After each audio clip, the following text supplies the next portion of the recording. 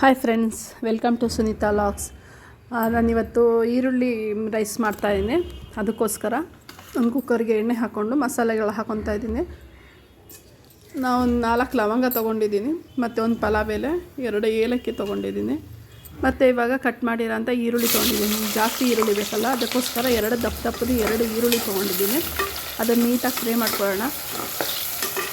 ಮನೆ ಕೆಲಸ ಎಲ್ಲ ಮುಗಿಸಿ ಮತ್ತು ಬೆಳಿಗ್ಗೆನೇ ತಿಂಡಿ ರೆಡಿ ಮಾಡಿ ಆಮೇಲೆ ಸ್ವಲ್ಪ ಮನೆಯದು ಸ್ವಲ್ಪ ಕೆಲಸಗಳು ಜಾಸ್ತಿ ಇದೆ. ಇವತ್ತು ನಿನ್ನೆ ಒಂದು ದಿವಸ ಊರಲ್ಲಿರಲಿಲ್ಲ, ಅದಕ್ಕೋಸ್ಕರ ಮನೆಯೆಲ್ಲ ಅಧ್ವಾನ ಮಾಡಿಕ್ಕಿದ್ದಾರೆ ರೂಮ್ಗಳನ್ನ.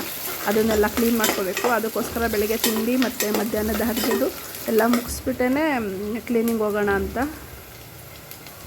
ಹಸಿಮೆಣ್ಸಿನ್ಕಾಯಿ ಹಾಕಿದ್ದೀನಿ ಮತ್ತು ಶುಂಠಿ ಬೆಳ್ಳುಳ್ಳಿ ಪೇಸ್ಟ್ ಹಾಕಿದ್ದೀನಿ.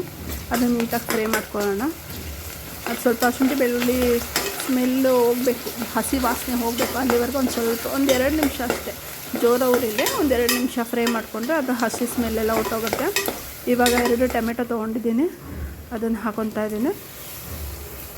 ಅದನ್ನು ನೀಟಾಗಿ ಮಿಕ್ಸ್ ಮಾಡ್ಕೊಳ್ಳೋಣ. ಸ್ವಲ್ಪ ಬೇಯಬೇಕು. ಬೆಂದಮೇಲೆ ಮಸಾಲೆಗಳೆಲ್ಲ ಹಾಕ್ಕೊಳ್ಳೋಣ. ನೋಡಿ, ಇವಾಗ ಬೆಂದಿದೆ. ಸ್ವಲ್ಪ ಅರಿಶಿನ ಪುಡಿ ಹಾಕ್ಕೊತಾರೆ. ಅರಿಶಿನ ಪುಡಿ ಹಾಕಿದರೆ ಇನ್ನೂ ಬೇಗ ಸಾಫ್ಟಾಗಿ ಹೋಗುತ್ತೆ ಟೊಮೆಟೊ. ಈಗ ಅದನ್ನು ಇನ್ನೊಂದು 2 ನಿಮಿಷ ಬೇಯಿಸ್ಕೊಳ್ಳೋಣ. ಹಂಗೇ ನೋಡಿ, ಈ ಥರ ತಳ ಹಿಡಿದ್ಬಿಡುತ್ತೆ. ಶುಂಠಿ ಬೆಳ್ಳುಳ್ಳಿ ಪೇಸ್ಟ್ ಹಾಕಿರ್ತೀವಲ್ಲ, ಅದಕ್ಕೆ ತಳ ಹಿಡಿದ್ಬಿಡುತ್ತೆ. ಅವಾಗ ಸ್ವಲ್ಪ ಕೈ ಆಡಿಸ್ಕೋಬೇಕು. ಟೊಮೆಟೊ ಬೇಗ ಬೇಯೋವರೆಗೆ ಅಷ್ಟೇ, ಆಮೇಲೆ ಇನ್ನು ತಳ ಹಿಡಿಯಲ್ಲ. ಈಗ ಸ್ವಲ್ಪ ಕೊತ್ತಂಬರಿ ಸೊಪ್ಪು ಹಾಕ್ಕೊತಾ ಇದ್ದೀನಿ. ಅದನ್ನು ಮಿಕ್ಸ್ ಮಾಡ್ಕೊಳ್ಳೋಣ. ಈಗ ಟೊಮೆಟೊ ಸ್ವಲ್ಪ ಬೆಂದಿದೆ. ಇವಾಗ ಸ್ವಲ್ಪ ಗರಂ ಮಸಾಲ ಹಾಕ್ತಾಯಿದ್ದೀನಿ ಮಸಾಲೆಗೆ. ಇನ್ನು ಬೇರೆ ಏನು ಇಂಗ್ರೀಡಿಯೆಂಟ್ಸ್ ಹಾಕಲ್ಲ ಇದಕ್ಕೆ. ಸ್ವಲ್ಪ ಗರಂ ಮಸಾಲ ಫ್ಲೇವರ್ ಚೆನ್ನಾಗಿರಲಿ ಅಂತ ಸ್ವಲ್ಪ ಗರಂ ಮಸಾಲ ಹಾಕ್ಕೊಂಡಿದ್ದೀನಿ. ತುಂಬ ಚೆನ್ನಾಗಿರುತ್ತೆ ಇದು. ಬೆಳಿಗ್ಗೆ ಹೊತ್ತು ಇದಕ್ಕೆ ಚಟ್ನಿ ಮಾಡಿಕೊಂಡ್ರೆ ಸೂಪರಾಗಿರುತ್ತೆ ಟೇಸ್ಟು. ಏನು ಈ ಮಕ್ಕಳಂತೂ ತರಕಾರಿ ಎಲ್ಲ ಅಂದರೆ ಎತ್ತೆತ್ತಿಡ್ತಾರೆ. ಇದು ಆದರೆ ಆರಾಮಾಗಿ ತಿನ್ಕೊತಾರೆ. ಬರೀ ಈರುಳ್ಳಿ ಅಲ್ವಾ, ಚೆನ್ನಾಗಿ ಬೆಂದೋಗಿರುತ್ತೆ. ಕಲರ್ ನೋಡಿ ಚೆನ್ನಾಗಿ ಕಾಣಿಸ್ತಾ ಇದೆ. ಬೇಗ ಬೆಂದೋಗಿರುತ್ತೆ ಮತ್ತು ಮಕ್ಕಳು ಇಷ್ಟಪಟ್ಟು ತಿಂತಾರೆ. ಇದಕ್ಕೆ ಸ್ವಲ್ಪ ಚಟ್ನಿ ಆದರೆ ಸಾಕಾಗುತ್ತೆ. ಒಂದು ಬಟಾಣಿ ಇರಬೇಕಿತ್ತು, ಬಟಾಣಿ ಇರಲಿಲ್ಲ ಇವತ್ತು. ನಾನು 2 ಗ್ಲಾಸ್ ಅಕ್ಕಿಗೆ 4 ಗ್ಲಾಸ್ ನೀರು ಹಾಕ್ಕೊಂಡಿದ್ದೀನಿ. ಬಟಾಣಿ ಇದ್ದರೆ ಅದು ಬಟಾಣಿ ಹಸಿ ಬಟಾಣಿ ಬರುತ್ತಲ್ಲ, ಅದು ಹಾಲು ಇರುತ್ತಲ್ಲ, ಅದು ಏನೇ ಆದ್ರೂ ಅಷ್ಟೇ ರೈಸ್ ಜೊತೆ ಹಾಕಿದ್ರೆ ತುಂಬ ಚೆನ್ನಾಗಿರುತ್ತೆ ಫ್ಲೇವರು. ಅದು ಚೆನ್ನಾಗಿ ಬೆಂದು ಅದ್ರ ರಸ ಎಲ್ಲ ಬಿಟ್ಕೊಳತ್ತಲ್ಲ, ಅದರಿಂದ ತುಂಬ ಚೆನ್ನಾಗಿರುತ್ತೆ ಟೇಸ್ಟು. ಅದಕ್ಕೆ ಆದಷ್ಟು ಯಾವುದೇ ರೈಸ್ ಐಟಮ್ ಮಾಡಿದ್ರೂ ಹಸಿ ಬಟಾಣಿ ಹಾಕೋದು ತುಂಬ ಬೆಸ್ಟು. ಅದು ಹೆಲ್ತ್ಗೆ ಒಳ್ಳೆಯದು, ಪ್ರೋಟೀನ್ ಅಂಶ ಜಾಸ್ತಿ ಇರುತ್ತೆ ಅದರಲ್ಲಿ. ನಮ್ಮನೆ ಇವತ್ತು ಅದಿರಲಿಲ್ಲ. ಬೆಳಿಗ್ಗೆನೇ ಮತ್ತೆ ಹೋಗಿ ತೊಗೊಂಬರೋಕ್ಕಾಗಲಿಲ್ಲ ಅಂತ ಹಂಗೆ ಮಾಡ್ತಾಯಿದ್ದೆ. ಸ್ವಲ್ಪ ಈರುಳ್ಳಿ ಜಾಸ್ತಿ ಹಾಕಿದ್ದೀನಿ. ಈರುಳ್ಳಿ ಸ್ವಲ್ಪ ಬಾಯಿಗೆ ಸಿಗ್ತಾ ಚೆನ್ನಾಗಿರುತ್ತೆ.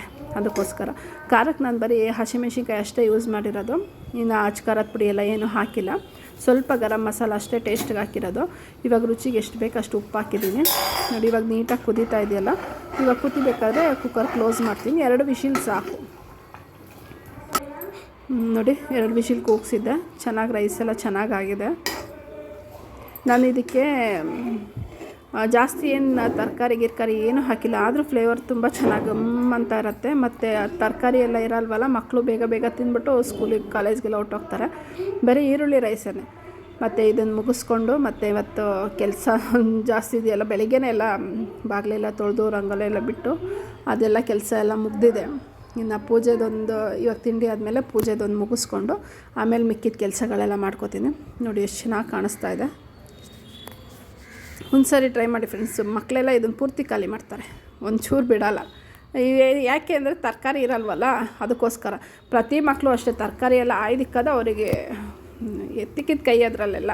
ಮತ್ತು ಅದು ತಿಂಡಿ ಆದ ತಕ್ಷಣ ಫಸ್ಟು ಅಡುಗೆ ಮನೆ ಕ್ಲೀನ್ ಮಾಡಿಕೊಂಡೆ, ಆಮೇಲೆಲ್ಲ ಅಡುಗೆ ಮಾಡೋಣ ಅಂದ್ಬಿಟ್ಟು ಅಡುಗೆ ಮನೆ ಕ್ಲೀನ್ ಮಾಡಿಕೊಂಡೆ. ಬೆಳಿಗ್ಗೆನೇ ಅವ್ರಿಗೆ ತಿಂಡಿ ಮಾಡಿಕೊಡೋ ಅರ್ಜೆಂಟಲ್ಲಿ ಅಡುಗೆ ಮನೆಯೆಲ್ಲ ಹಾಳಾಗುತ್ತೆ. ಅಷ್ಟು ಪಾತ್ರೆಗಳಾಗುತ್ತೆ, ಅಷ್ಟು ಕೆಲಸಗಳಾಗುತ್ತೆ. ಹಂಗೇನೆ ಅಡುಗೆ ಮನೆ ಕ್ಲೀನ್ ಮಾಡ್ತಾನೆ ರೈಸ್ಗೆ ಇಟ್ಕೊಂಡೆ. ಮಧ್ಯಾಹ್ನಕ್ಕೆ ಹೆಂಗೋ ರೈಸ್ ಎಲ್ಲ ಬೇಕಿತ್ತಲ್ಲ, ಇನ್ನು ಬೆಳಿಗ್ಗೆ ಅದಕ್ಕೆ ಅಂತ ಚಟ್ನಿ ಮಾಡ್ಕೊಂಡಿದ್ದೆ. ಇನ್ನು ರೈಸ್ಗೆ ಅಂತ ಚಟ್ನಿ ಮಾಡಿದ್ನಲ್ಲ, ಅದು ಸ್ವಲ್ಪ ಇತ್ತು, ಅದನ್ನು ಹಂಗೆ ಎತ್ತಿಟ್ಟಿದ್ದೆ. ಮಧ್ಯಾಹ್ನಕ್ಕೆ ಅದಕ್ಕೆ ಮುದ್ದೆ ಮಾಡ್ಕೋದು. ಅದನ್ನು ಕಡಲೆ ಬೀಜದ್ದು ಶೇಂಗಾ ಚಟ್ನಿ ಅಂತಾರಲ್ಲ, ಅದಕ್ಕೋಸ್ಕರ ಅದನ್ನು ಎತ್ತಿಟ್ಕೊಂಡಿದ್ದೆ. ಮಧ್ಯಾಹ್ನಕ್ಕೆ ಬೇಕಾದರೆ ಮುದ್ದೆಗೋ ಇಲ್ಲ ರೈಸ್ಗೋ ಅದ್ರ ಜೊತೆಗೆ ಆಗುತ್ತೆ. ಈಗ ಪಾತ್ರೆ ಎಲ್ಲ ತೊಳೆದು ಅಡುಗೆ ಮನೆ ಎಲ್ಲ ಕ್ಲೀನ್ ಮಾಡಿದ್ದೀನಿ. ಮತ್ತು ಇವಾಗ ನನ್ನ ಮಗಳದ್ದು ರೂಮ್ ಅಂತೂ ಒಂದು ದಿವಸ ನಾನು ಊರಲ್ಲಿಲ್ಲ ಅಂದಿದ್ದಕ್ಕೆ ಎಲ್ಲ ಅಧ್ವಾನ ಮಡಗಿದ್ದಾರೆ. ಅದನ್ನೆಲ್ಲ ಹೋಗಿ ಸ್ವಲ್ಪ ಕ್ಲೀನ್ ಮಾಡ್ಕೊಂಡು ಬುಕ್ ತೊಗೊತಾರೆ ಮಕ್ಕಳು. ಆ ಕಾಲೇಜ್ಗೆ ಹೋಗೋ ಅರ್ಜೆಂಟಲ್ಲಿ ಎಲ್ಲ ಹೆಂಗೆ ಬೇಕೋ ಹಂಗೆ ಬಿಸಾಕಿ ಹೋಗ್ತಾರೆ. ಆ ಬುಕ್ನೂ ನೀಟಾಗಿ ಇಟ್ಕೊಳ್ಳಲ್ಲ. ಆ ಬುಕ್ಕೆಲ್ಲ ಜೋಡಿಸ್ಬೇಕು. ಅದೇ ಒಂದು ದೊಡ್ಡ ಕೆಲಸ ಆಗುತ್ತೆ. ಒಂದು ದಿವಸದ ಕೆಲಸ ಆಗೋಗುತ್ತೆ. ಅವರು ರೂಮ್ಗಳು ಕ್ಲೀನ್ ಮಾಡೋದೇ ಒಂದು ದಿವಸದ ಕೆಲಸ ಆಗೋಗುತ್ತೆ ನನಗೆ. ಅಡುಗೆ ಮನೆ ಅಂತೂ ಕ್ಲೀನ್ ಆಯಿತು. ಈಗ ಅಡುಗೆ ಮನೆ ಮುಗಿಸ್ಬಿಟ್ಟು ಸ್ವಲ್ಪ ಹಂಗೆ ಪಾಟ್ಗೆಲ್ಲ ಸ್ವಲ್ಪ ನೀರು ಹಾಕ್ಬಿಟ್ಟು ಅಡುಗೆ ಮನೆಗೆ ಮುಗಿಸಿದ ತಕ್ಷಣ ಹಿಂಗೂ ಅಲ್ಲಿ ಕಸದ ಸ್ವಲ್ಪ ಹಾಕೋಕೆ ಹೋಗ್ತೀನಲ್ಲ ಅದ್ರ ಪಕ್ಕದಲ್ಲೇ ಇರೋದು, ಅದರಿಂದ ಪಾಟ್ಗಳದ್ದು ಆವಾಗಲೇ ನೆನಪಾಗೋದು ನೀರು ಹಾಕೋದಕ್ಕೆ. ಅದಕ್ಕೆ ಅಡುಗೆ ಮನೇಲಿ ಪಕ್ಕದಲ್ಲೇ ಇರೋದ್ರಿಂದ ಅದನ್ನ ಅಡುಗೆ ಮನೆ ಕೆಲಸ ಮುಗಿಸಿದ ಮೇಲೆ ನಂಗೆ ಅದು ನೆನಪಾಗೋದು. ಅದಕ್ಕೆ ಸ್ವಲ್ಪ ನೀರೆಲ್ಲ ಹಾಕಿಬಿಟ್ಟು ಆಮೇಲೆ ರೂಮಿಗೆ ಹೋದೆ ಕ್ಲೀನ್ ಮಾಡ್ಕೊಳ್ಳೋಣ ಅಂತ. ನೋಡಿ ಬಿಸಿಲಂತೂ ತುಂಬ ಹೊಡಿತಾ ಇದೆ ಫ್ರೆಂಡ್ಸ್, ಸಖತ್ತು ಬಿಸಿಲು. ಬೆಳಿಗ್ಗೆ ಹೊತ್ತು ಅಷ್ಟು ಚಳಿ ಇರುತ್ತೆ, ಸಂಜೆ ಮಧ್ಯಾಹ್ನ ಆಯ್ತಾ ಅಂತ ಎಷ್ಟು ಬಿಸಿಲು ಹೊಡಿಯುತ್ತೆ ಗೊತ್ತಾ. ಬಿಸಿಲಿಗೆ ಆಚೆ ಓಡಾಡೋಕ್ಕಾಗಲ್ಲ, ಅಷ್ಟು ಇದಾಗುತ್ತೆ. ನೋಡಿ ರೈಸ್ ಕೂಡ ಇಟ್ಟಿದ್ನಲ್ಲ ಅದು ಚೆನ್ನಾಗಿ ಕುದೀತಾ ಇದೆ.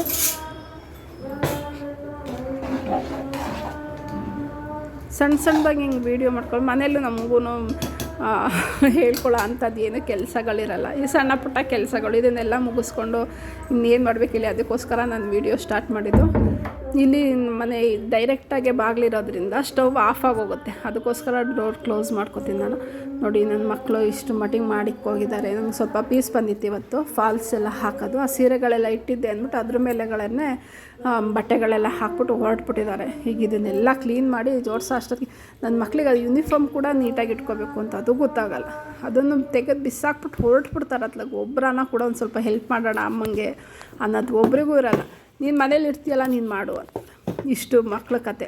ಯಾರ್ದೇ ಇದ್ದೆ ನಮ್ಮ ಮನೇಲಿ ಮಾತ್ರ ಹಂಗೆ, ಎಲ್ಲರ ಮನೇಲೂ ಹಂಗೋ ಗೊತ್ತಿಲ್ಲ. ಅಮ್ಮ ಇದ್ದರೆ ಅಮ್ಮ ಮಾಡಬೇಕಷ್ಟೆ. ನೀನು ಮನೇಲಿ ಇನ್ನೇನು ಮಾಡ್ತೀಯ, ಬರೀ ಅಡುಗೆ ಮಾಡೋದಷ್ಟೇ ಅಲ್ವಾ, ಮನೇಲಿ ಕೆಲಸ ಮಾಡ್ಕೊ, ನಾವೇ ತೆಗ್ದಾಕೆ ಹೋಗಿರ್ತೀವಿ ಅದನ್ನ ಮಾಡ್ಕೊ ಅನ್ನೋಂಥ ಮಕ್ಕಳು. ಇವರಿಗೆಲ್ಲ ಏನು ಹೇಳೋಕ್ಕಾಗುತ್ತೋ ಗೊತ್ತಿಲ್ಲ.